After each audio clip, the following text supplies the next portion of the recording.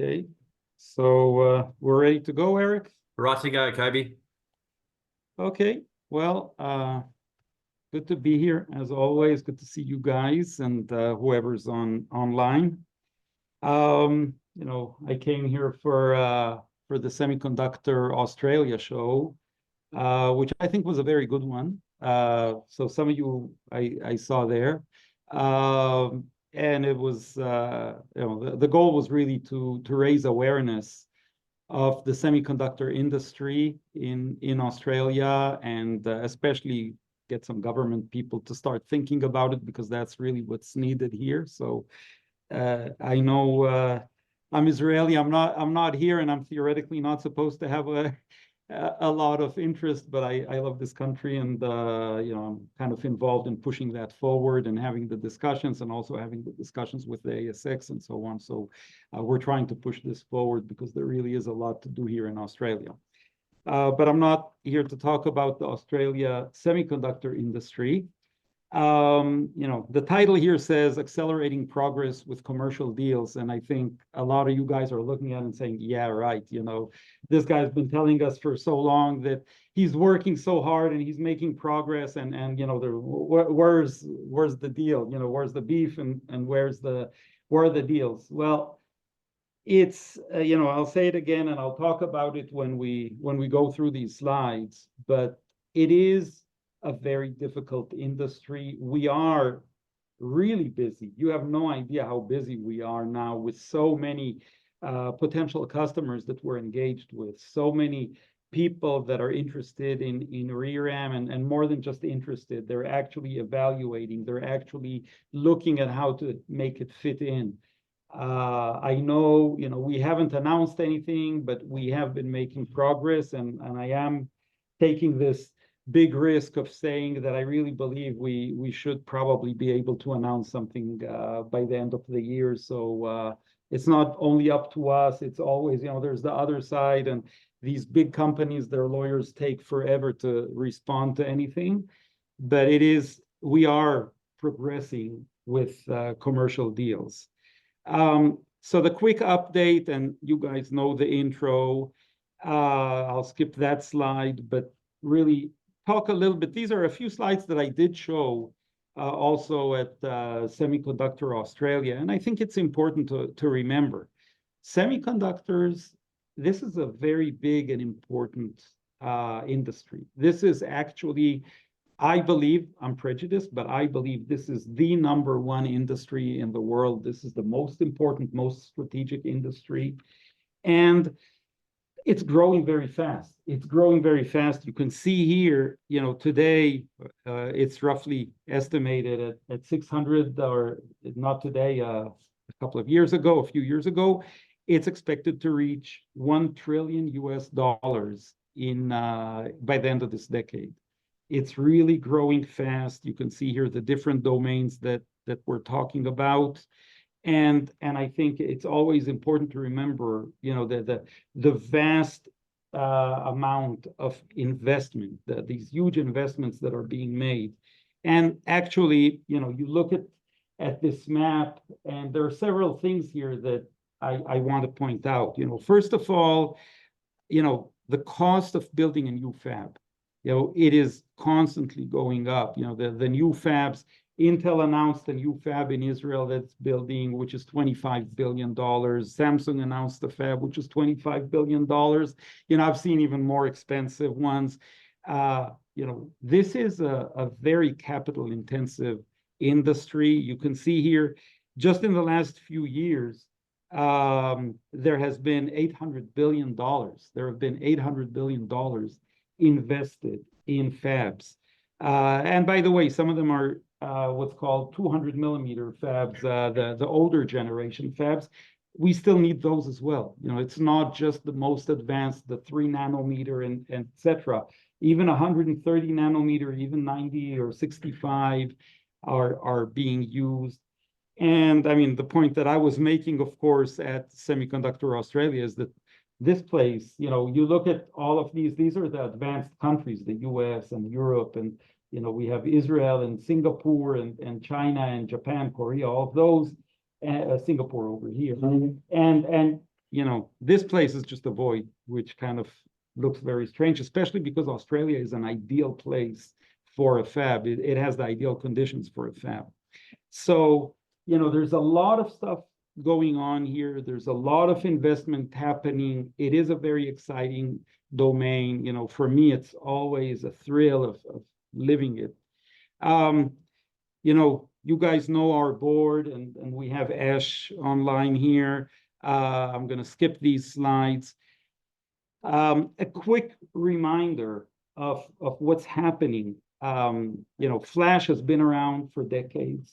More than 10 years ago, more than 15 years ago, people started looking for a replacement for Flash. Actually, I should say even 20, 25 years. People have already been working on it. Just so you realize, again, the timescales that we're talking about. You look at companies like Adesto, which was developing ReRAM or Crossbar or 4DS for that matter. These are companies that were started in the 2005 to 2010 timeframe and already working on these technologies then.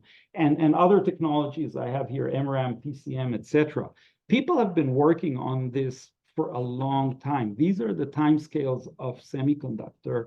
And we need to understand these are extremely complex technologies to develop. And by the way, Weebit, while we started the company in 2015, we didn't start from scratch. And actually what we're doing today is based on technology that Leti has been researching ReRAM for more than 25 years now, and we are leveraging their knowledge and their know-how and so on. So there's really a lot of work going on. You look at these technologies. I mean, you have here Flash as the first column, and you can see how many red dots there are there. That is really what's triggering this industry to move forward. I haven't talked a lot about PCM in the past, but PCM for a long time, people were also believing that this would work. Actually, Intel invested, heaven knows how many billions or tens of billions of dollars into PCM, and they had it manufacturing. I mean, it was in mass production. They were selling it. Obviously, what happened was every chip they had to give the customer wrapped in a few $100 bills so that they would take it. And eventually they realized they're going to go completely bankrupt if they continue, and they stopped it. So it was Intel, it was Micron, others. There's only one company today in the world that is still pushing PCM, that's STMicro. It's for a limited scope of applications. It's not good for everything, but they are still trying to push it. MRAM, this is really the technology that everyone was counting on. Everyone was sure that this was going to take off. This is it. It's been more than 5 years now in mass production. But we talked about it many times, that magnetic element. So it's very expensive. It is much more expensive than ReRAM to manufacture. It has rare earth materials, which many people care about. But more than anything, products that were manufactured with MRAM started failing out there in the field because we're surrounded with so many magnetic fields. The memory got erased. So, and I'll be talking about what's going on now. Let me kind of quickly, I'll get to some of the impacts of that. But really, you look back at the last 12 months, and I think, there's been quite a bit of progress, despite the fact that it seems like there weren't any announcements. So, we went from, a year ago, we still had only Skywater. Today, we have also DB Hightech. I think the key is really, we had engagements a year ago. We had quite a few things that they were starting and we were pushing and so on. Today, we're in a much more advanced state with quite a few foundries and IDMs and product companies. There's really a lot of activity going on. The partnering with eFabless, I really hope will enable us to get some companies to manufacture at Skywater. A comment about Skywater, because I know everyone always asks about it. we believe that Skywater was going to be a very good start. You know, I mean, I still don't regret having worked with Skywater. You don't want to work with one of the very big guys when you're doing your very first transfer. Heaven forbid something fails and you're burnt in one of the big guys. So I prefer to work with someone that we could look more in the eye. And, you know, we are, as everyone knows, we are using Skywater as a part of our R&D. You know, you could say that the R part is at Leti, the D part is at Skywater. They do things faster and cheaper when you get to more production. The thing about Skywater is they're getting so much money from the US government that they're just happy. And they, you know, they kind of don't have that motivation of bringing on board customers because their fab is full with US government stuff. And that's why even when we bring them big name companies, big names that I think everyone in the room would recognize, they are reluctant to really make that effort, to really make that push. And that's frustrating as hell for me, but that's the way it is. I hope that with eFabless, we will manage to, you know, eFabless is more for building prototypes as an initial phase, but still after that prototype, if things go well, they do go into mass production, at least some of them will. So we do hope that that relationship will help us. We, you know, for a long time, well, since COVID, we basically kind of put China on hold, and for a while we didn't talk to China. Today, we are engaged again with companies in China very carefully, very selectively. It's not just anyone, and, you know, beyond the obvious, you know, we cannot talk to SMIC, we cannot talk to Huawei, but we are cautious in the way we're doing it, but there is activity going on. It's a huge market. We can't really ignore it, and now we're at the point where there is some activity there. You know, a year ago, of course, we were pre-revenue. We now showed very initial, very, you know, not anything significant, but still $1 million revenue is a first step moving forward, reflecting, you know, the license fees that we are getting already from these first two deals.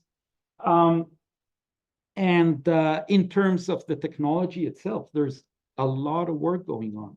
You know, we have 13 PhDs in chemistry and physics constantly working and constantly improving the technology. And you can see it, you know, the fact that we're moving forward, we're qualifying, you know, we did the qualifications at 125. We demonstrated now the 150 degrees, which not only does 150 degrees open the door wide to the automotive market, which is a huge market. Again, every new car today has at least 1,000, if not 1,500 electronic components in it. It's crazy, okay? This is a very big, fast-growing market, and especially all the autonomous vehicle and stuff, that's even, you know, way more. But being able to work at 150 degrees, even for customers who are just looking for something which is at room temperature or, you know, not very hot, it just shows them robustness. It shows them that this technology really is it's serious. It can withstand extreme conditions. And so this has been very important for us.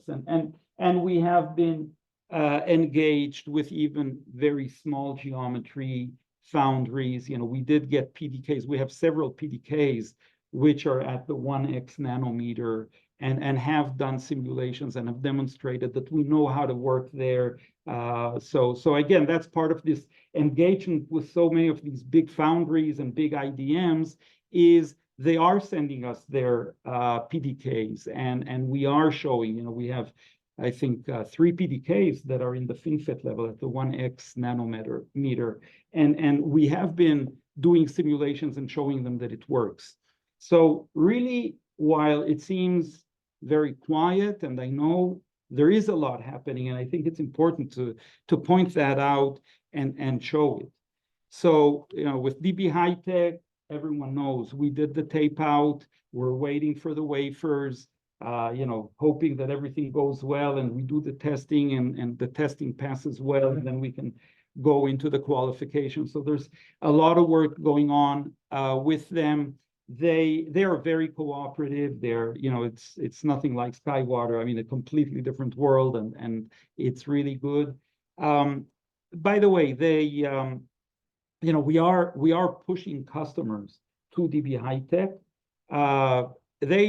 I don't know how many of you realize they were burnt. They did try to use the ReRAM from Modesto in the past, and they were burnt there. And so they're really cautious moving forward and things. But nevertheless, we are pushing customers there, and we are engaging. And I think that when we get the wafers back and the testing starts showing positive results, it will be much easier to engage with their customers and push things forward.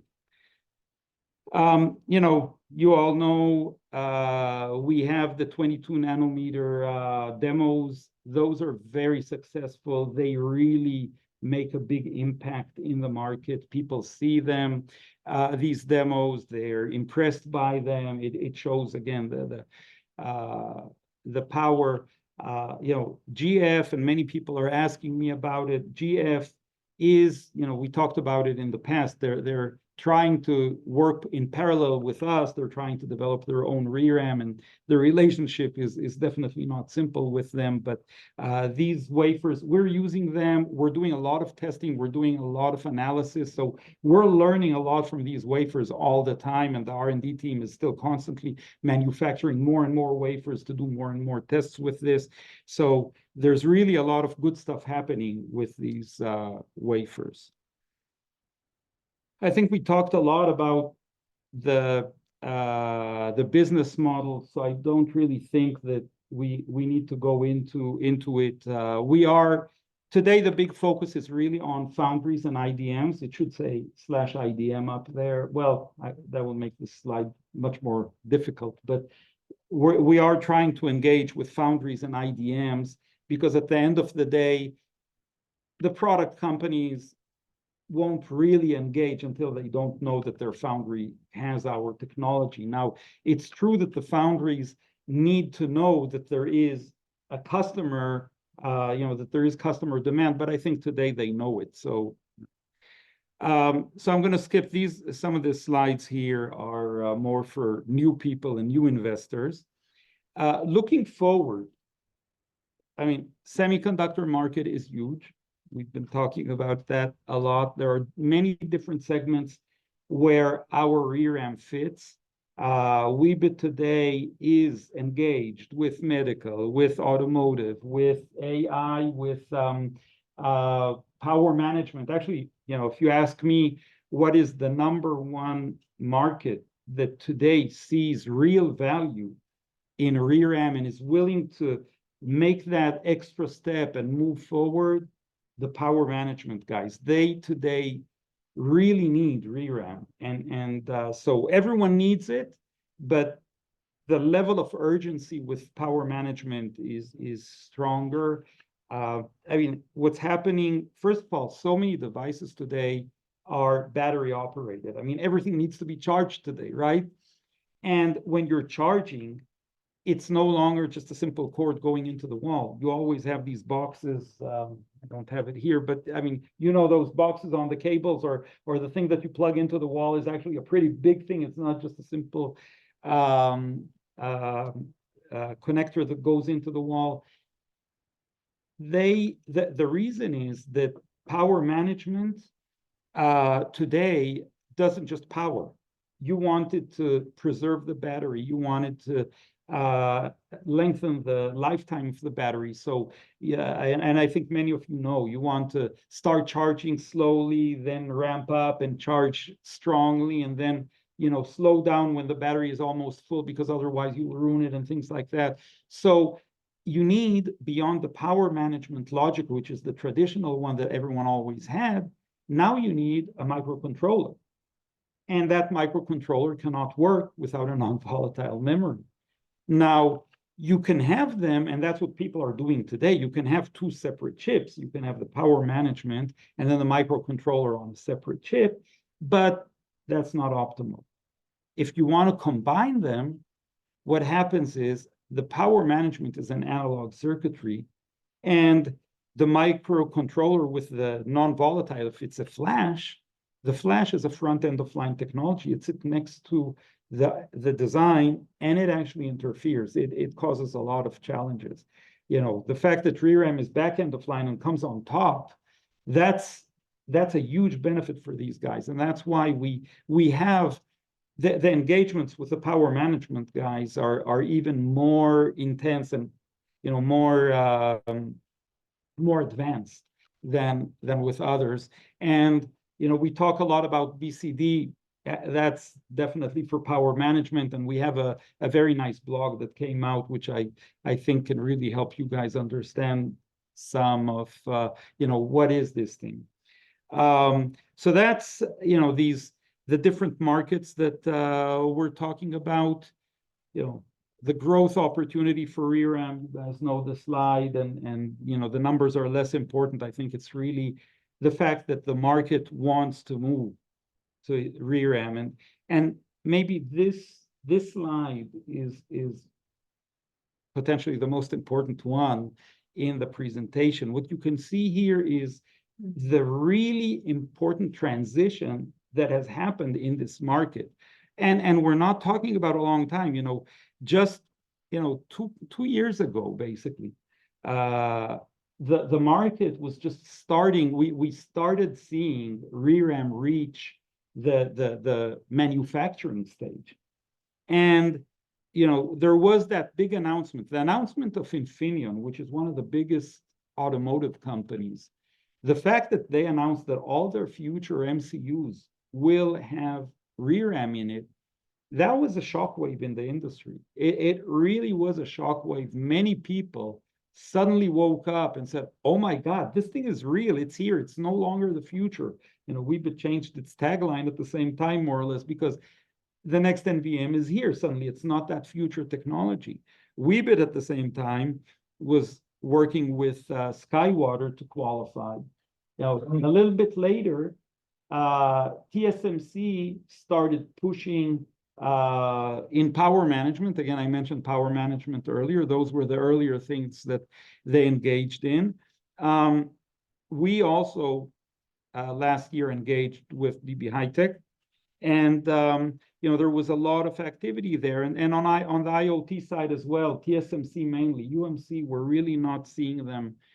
It seems like their ReRAM has a lot of issues, so we're not really seeing any customers picking up. They did qualify it, but even, I think you guys know, the UMC technology originated from Panasonic, and Panasonic sold its semiconductor division to Nuvoton.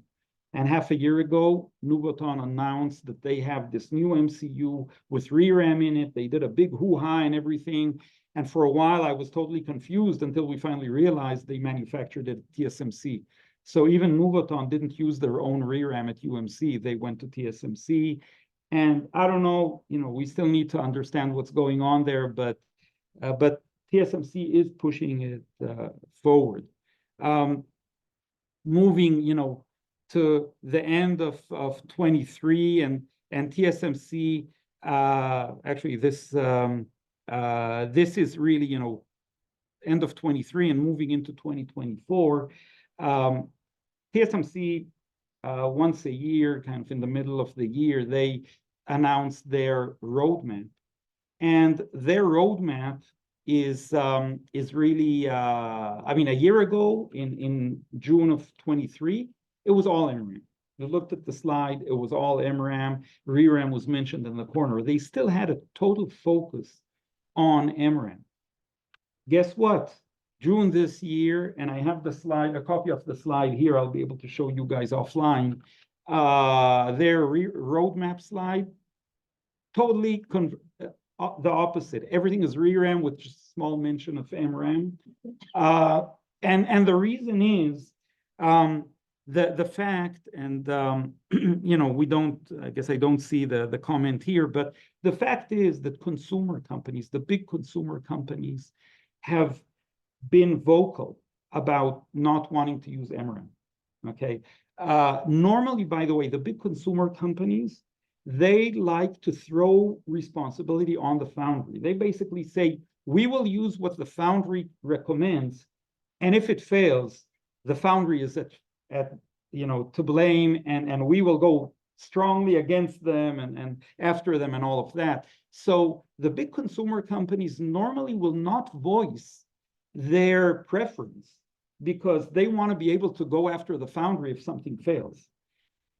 In this case, they actually have become very vocal. They said, we know MRAM will fail in the field. We already saw it happen. We're not willing to use MRAM, period. And the result is TSMC and others really understood the message, and now everything is focused. So I think, now we can really see, moving forward, there is a clear understanding in the industry that ReRAM is the technology. ReRAM is it. They want to use it. I think that's one of the things that's also given a push to these foundries, because the foundries kept telling us, yeah, we know ReRAM is great. We can see the results. You're demonstrating all these great things, but we need to know that if we invest in technology transfer, we spend these 9 months and all of this manpower and all of this work and wafers and everything to bring up ReRAM. We want to know that there's customers behind it that are going to pay.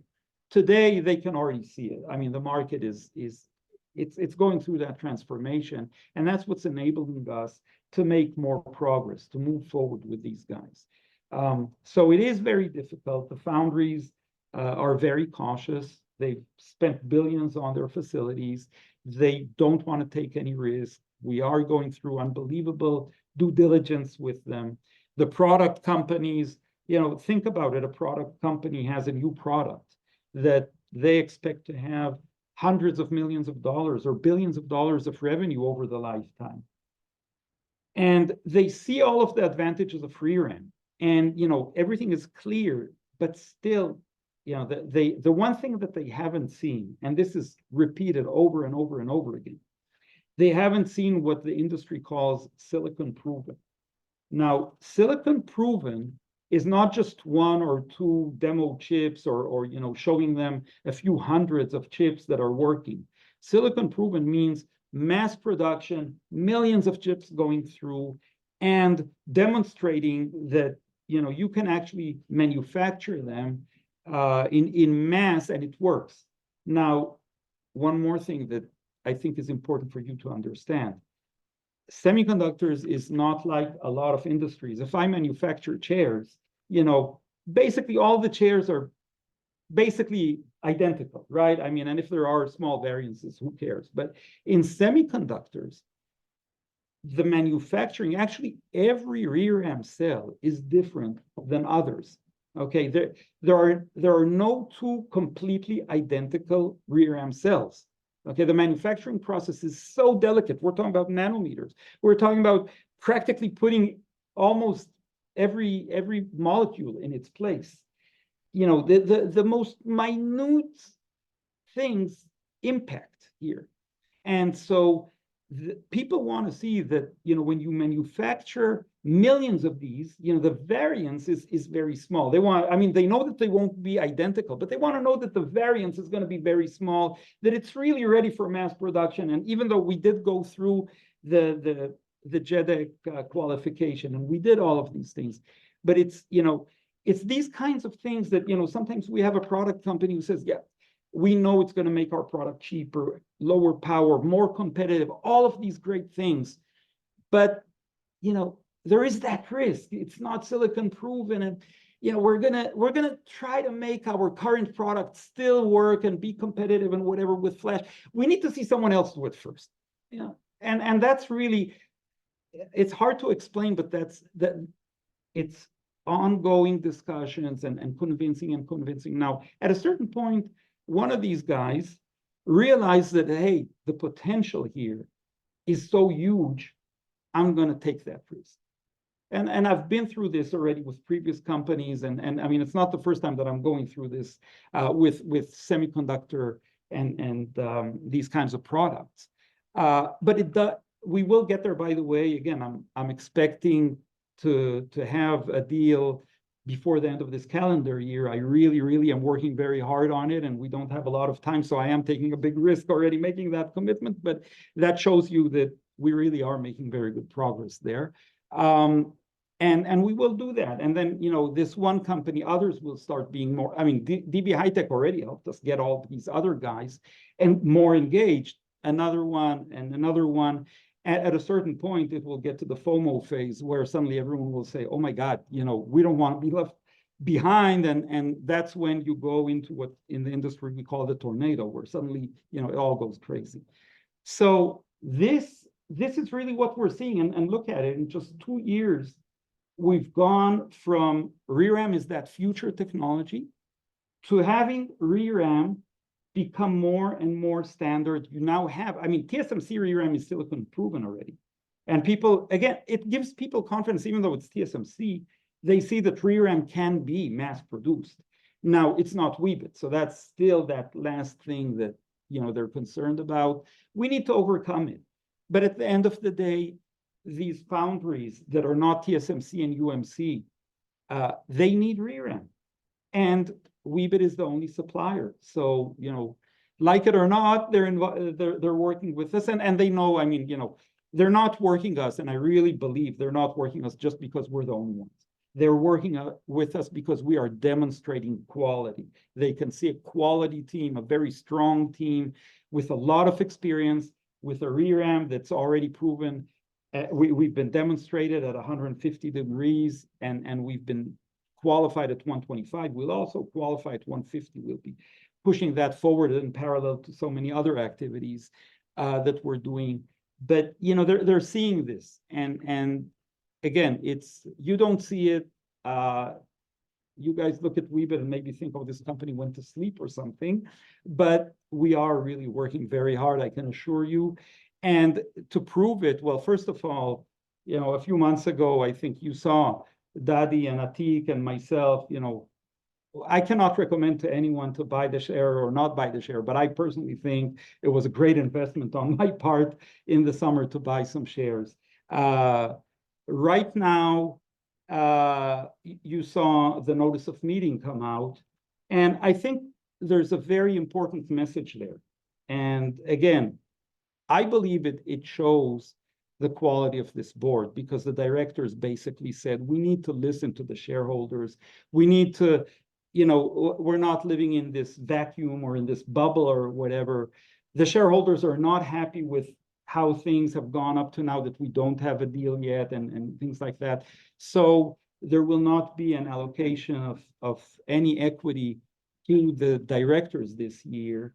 And it is a very extreme step. I mean, I don't remember this kind of step being taken in other companies in the past, but it is a message that, the directors are listening. And, my equity grant, which is proposed for the AGM, is totally tied to performance. You can see that there's, I am committing to get more foundries and fabs, foundries, IDMs on board, and get product companies on board. So I do believe we will achieve those milestones, and I'm committing to it now in a public way that we will do it. So I think, you're getting these messages from us, and we are doing everything we can. It's not all in our hands. We need to negotiate this. And, some of these companies, it drives me crazy, they send us comments on the contract. We react within, overnight. They get the answer the next morning, and then their legal is, we have so much time. And, a week or two later, they send us some comment and things. So it just takes forever with these big, huge dinosaurs or huge companies, but it's moving forward, and we're engaged with more than one. So, we are pushing it forward. I want to talk about something that is also very important, because again, people ask me about what is ReRAM good for, and I keep saying it's good for all of these different markets. But there is a market today that you cannot ignore, and everyone talks about, and I want to talk about it. And that's, of course, AI. So, one of the things that is happening in AI, now, a few words about AI, because I'm assuming a lot of you don't really know how it works or what happens there. AI has two main functions. There is learning and there is inference. So you first need to teach the AI system how to do whatever you want it to do. And then there is using that knowledge in the day-to-day life to actually do things, and that's the inference. So I'll take an example, which I think will be maybe the easiest one. I want the AI system to recognize a terrorist when he's walking down the street. Okay, so the beginning is to show the AI system a lot of pictures of this terrorist from different angles and profile and whatever, and teach it what this terrorist looks like. Okay, now that needs to run on these big, huge data centers. It requires a lot of compute power, it requires a lot of memory, and it's a big thing. At a certain point, the system knows how to recognize. And now you want to move to the inference stage. And you have all of these cameras along the street or in the airport or wherever, and they're looking at people. Now, it used to be people thought, okay, we still need a lot of compute power and we still want to do it. We'll just, everything that we film, we'll stream up to the data center and we'll have the data center do all of the inference calculations and stuff. Well, guess what? There is so much to stream up there. The bandwidth is just unbelievable. And these cameras very often are working on batteries or whatever, power is an issue. And that's when, why did this, oh, sorry.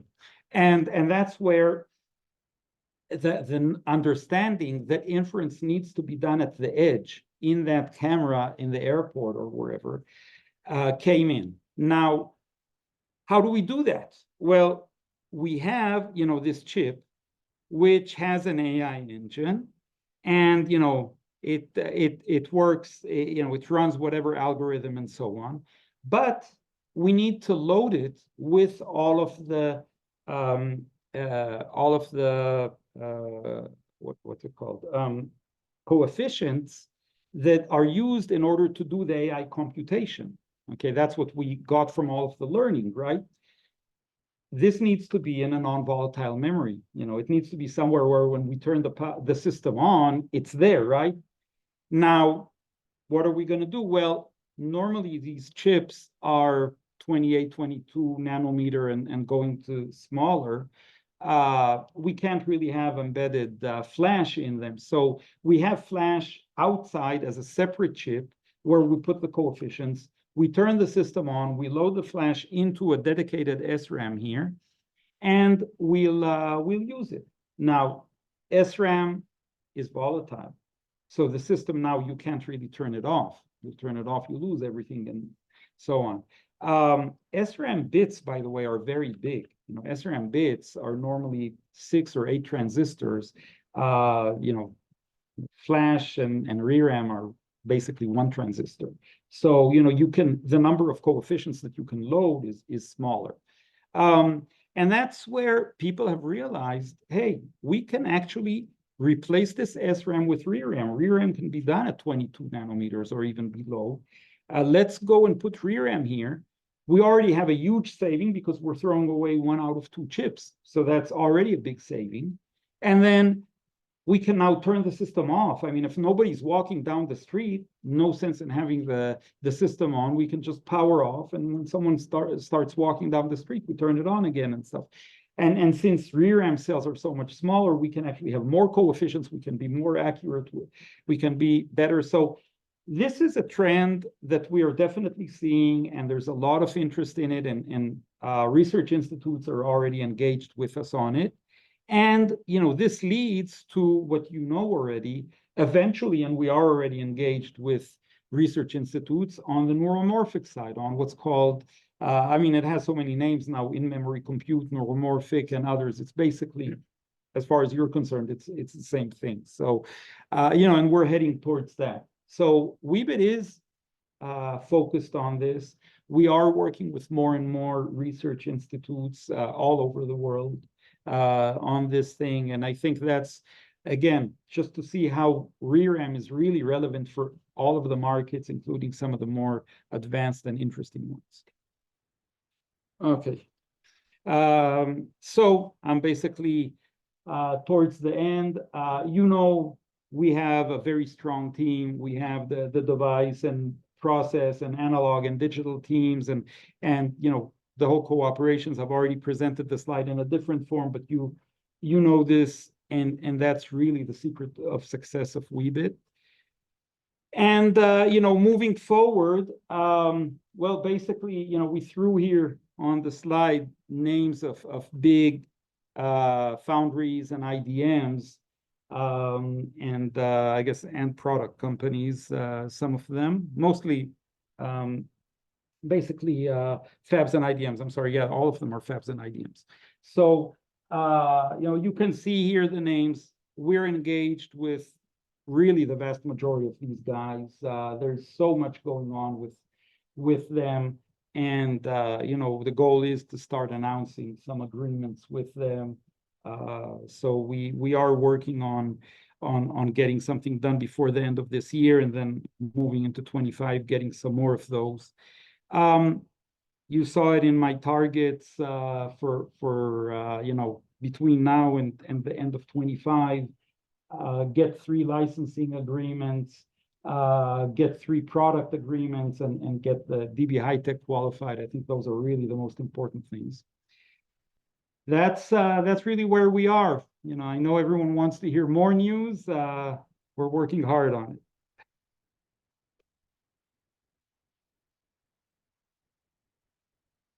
Okay, thanks, Kobe. My name's Danny Innes. I'm from Atomic Markets. We handle IR for Weebit Nano. So for those in the room who want to ask a question, just raise your hand and I'll bring the microphone across. For those online, if you want to type in a question, just type it in at the bottom of your Zoom box. We already do have several questions online. I might go to online first while those in the room are actually thinking of a question. Okay, Kobe, the first question is there a chance of getting a deal with an end customer through Skywater? Yes, that's a good question. Thank you. It is, I haven't given up. I mean, I told you I'm totally frustrated with them, and I am totally frustrated with them, and they know I'm totally frustrated with them. But we're not giving up. And just a few months ago, as I mentioned, we had a good opportunity. We brought it to them. They didn't want to work with it, and whatever. We're taking that customer now to DB Hightech and hoping to get it done there, or with another foundry that might pick it up. So I'm not giving up.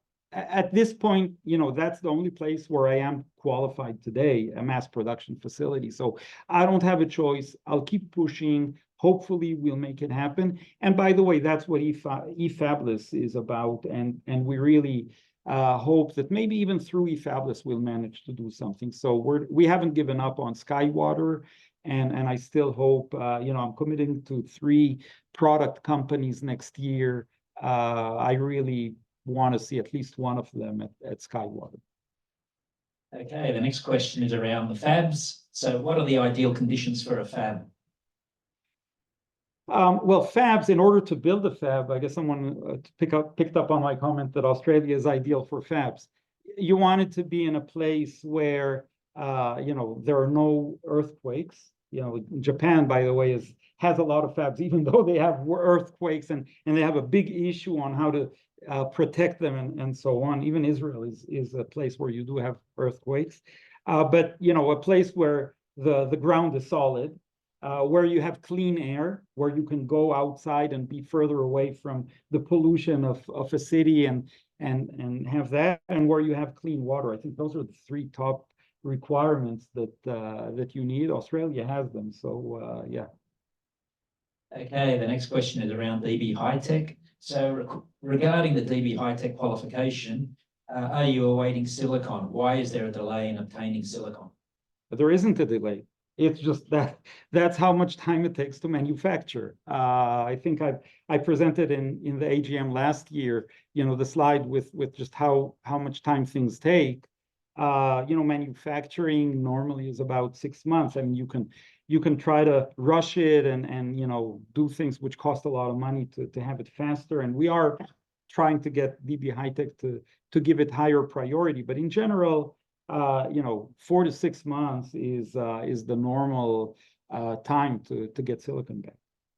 Okay, the next question is around how should we ready ourselves given the fact that PSMC have serviced the bulk of the power management business and we are left to suck the The message is clear.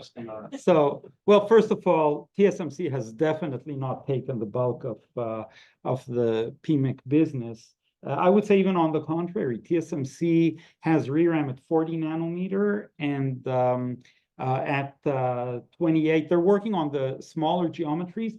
PMIC normally wants 65, 90, 130. So to a certain extent, yes, they are. I mean, they have 40 nanometer BCD. By the way, again, they started off, the first one that they did was 40 nanometer BCD for power management, but many of the power management use larger geometries. That's number one. Number two, many of the companies like to have a second source. People don't want to be completely reliant on TSMC, and they really want to find a second source, and we can definitely be that second source. Number three, as you all know, I really don't consider TSMC as my competitor, and I honestly believe that when we will continue to evolve and show that our ReRAM is strong, and we'll have customers who come and want some tailoring of their modules and things like that, at a certain point, I really hope to have a large volume customer who will go to TSMC and say, I want Weebit ReRAM. I'm going to buy a lot of wafers. Please, let's work on it. And TSMC today, if you look, by the way, at TSMC's enablement library at what I always call the supermarket, you have their IPs that TSMC developed and competing modules of the same type of IP. It's not like unheard of that TSMC developed an IP and then put in their library IPs for the same thing from other companies. So we can definitely go even after those guys. But yeah. Okay, I might go to the room. Does anyone in the room have a question? Please raise your hand.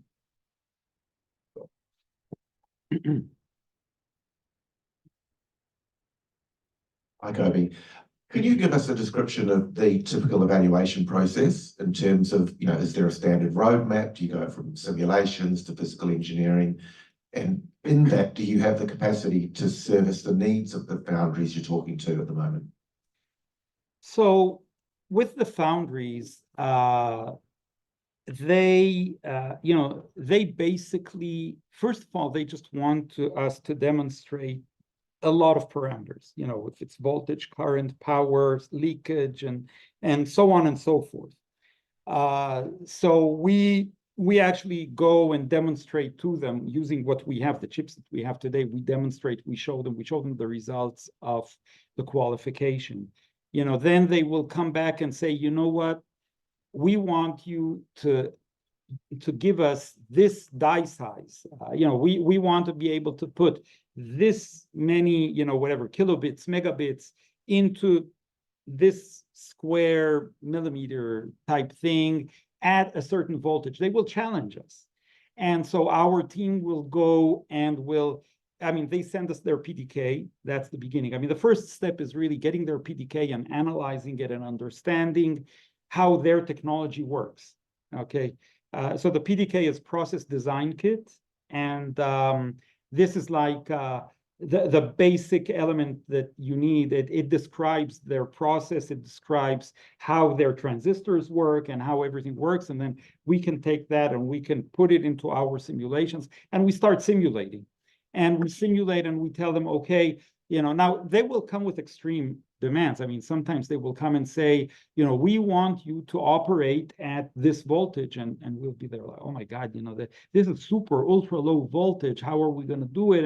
And you have the teams working together. Again, that benefit that we have, that the process guys are working with the analog guys and everyone, and they look for how do we get a joint solution, because the process guys alone can't get there, or the analog guys can't get there, but together we can manage to achieve it, and we go and we demonstrate it. And then, they will try to challenge us in many different ways and want to understand. Now, sometimes it's the manufacturing process. even though we're using a standard machine, but they use the machine in a different way than what we do. And so they want to understand it. And then they want to see maybe we can change something in the way that it will be easier for them or things like that. Sometimes it's, oh, one of the machines that you want, it's fully booked. We already have it, at capacity. We're going to need to buy a new one. So we will have some expense. We need to see how we deal with it. And there's endless combinations to this thing, and a lot of simulations. And many times, the way this industry works, suddenly they will tell us, oh, we're sorry, we have whatever crisis on another line, or we need to bring up another line. We need to take these people over there. We're just, pausing right now. We'll be back. And they continue communication with us, but kind of the whole evaluation is put on hold for a while. It's very common that these kinds of things happen. You guys might remember, I think even a year ago, I was feeling pretty good about the potential of closing a deal even in 23. I know you guys have good memories, and people are saying, wait a minute, he was already here and he talked about closing a deal. We weren't nearly as advanced as we are now, but I had a good feeling about that customer. And then suddenly we need to set up a new production line, 10 to 12 months. That's how much it takes. So they disappear, right? It's those kinds of things that happen, but that's more or less how it goes. It's a lot of simulations and a lot of discussions and a lot of demonstrating our capabilities. Yep, thanks. Cheers, Kobe. Two-part question. The first part is great to get the initial revenues this year. Can you give us a bit of a feel for the existing agreements, what they may look like as 2025, 2026 roll through? That's number one. And then the second part is for the current negotiations you're working through. Are we looking at single geometry negotiations, or are we looking at something bigger, bolder, better? So the first one, for those who don't know how revenue recognition works. So revenue recognition is not tied to the payments. I mean, it's been already a long time since the tax authorities realized that salespeople are really creative and play with the payments and things.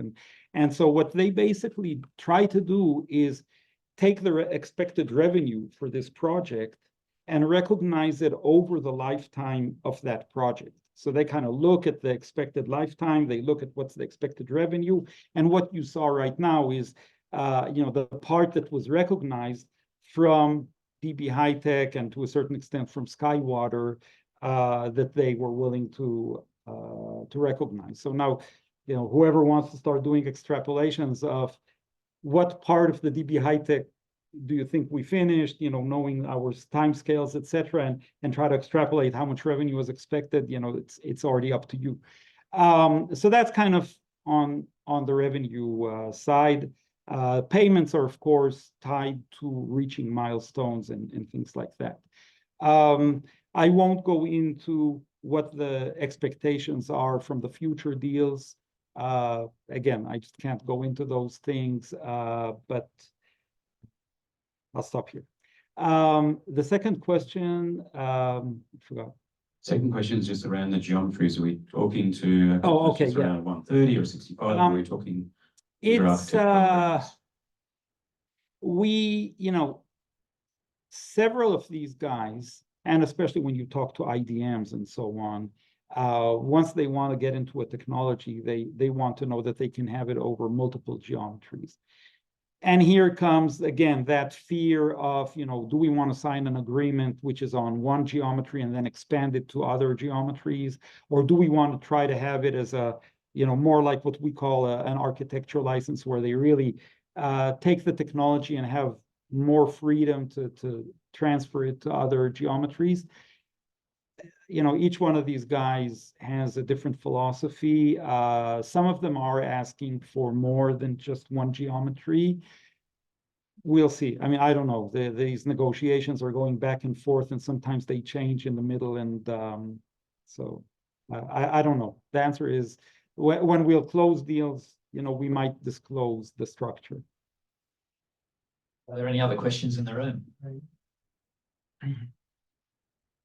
Thanks for your insights, Kobe.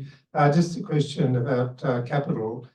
Is there any likelihood that the company is going to need capital to continue this development, or how well are you placed? So we will be issuing our quarterly report, I guess, tomorrow or the day after. But you know, the last report that has been made public is the annual report. It stated that, I mean, in that report, in the end of June, we had 63 million in the bank. And, you know, fiscal year 24, we basically spent 25 million. So simple math, you can see that there's more than 2 years that we have.